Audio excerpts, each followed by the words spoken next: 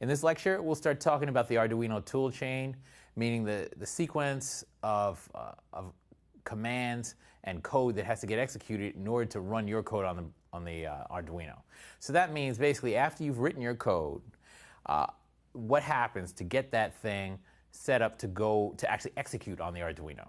So there are several steps involved, and we'll look under the hood a little bit at those steps.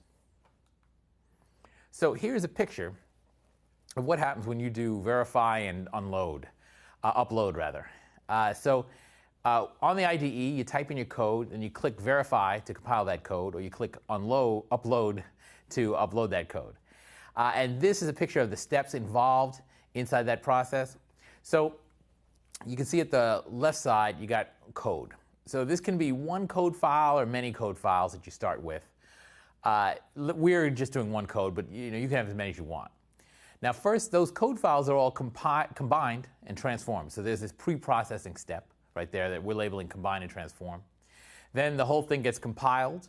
The image gets linked. We'll talk about what linking is. This is where you merge it with the libraries that we use. Then the executable is converted into a hex file, and that hex file is actually uploaded to the board.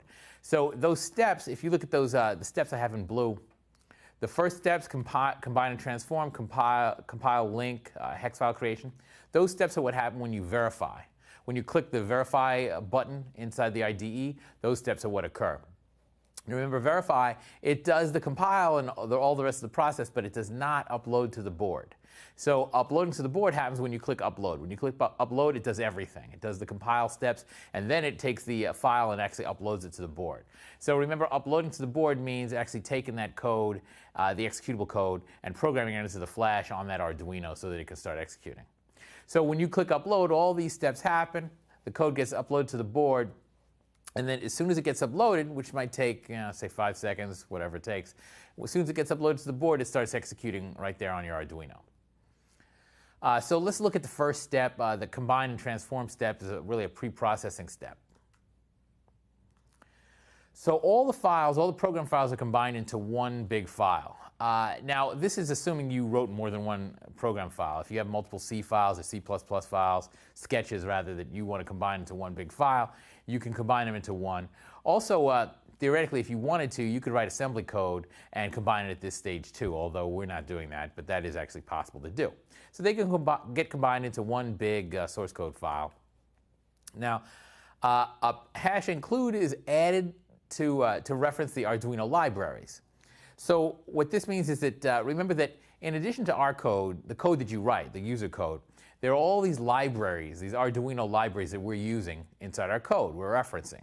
So some of the commands that we use, like digital write, digital read, these are commands that we're going to use. Those are actually functions that are in a library. Those are not part of native C, C++. Those are Arduino libraries. So those libraries have to be included into your big mess of code. So hash includes are added. You don't add those. They get added automatically, and they include the library functions that are used inside your code into the big single source file that's going to compile.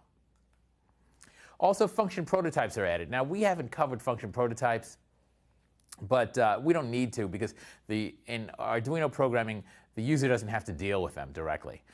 In traditional C programming, though, and behind the scenes here, there have to be function prototypes. So every function that's defined, a prototype basically tells you what the return type is for that function, and also what its arguments are. So maybe it has 2 arguments, which are integers, and it returns an integer, and that has to be stated in the function prototype. So every function needs a prototype. And this happens automatically behind the scenes. So when we're writing our code, we don't have to see it, but this combine and transform step, it actually puts in the prototypes for us, so we don't have to see them. Also, a main is created. So every C function or C++, every C or C++ program has to have a main. The main function is the function where all execution starts. Now, if you remember, in our sketches, we don't have a main. We have setup and we have loop. But the compiler, the C compiler, actually needs to see a main, so the main is constructed, is created based on the setup and the loop. So the setup and the loop are combined to create a main, and the main function is defined automatically behind the scenes. Thank you.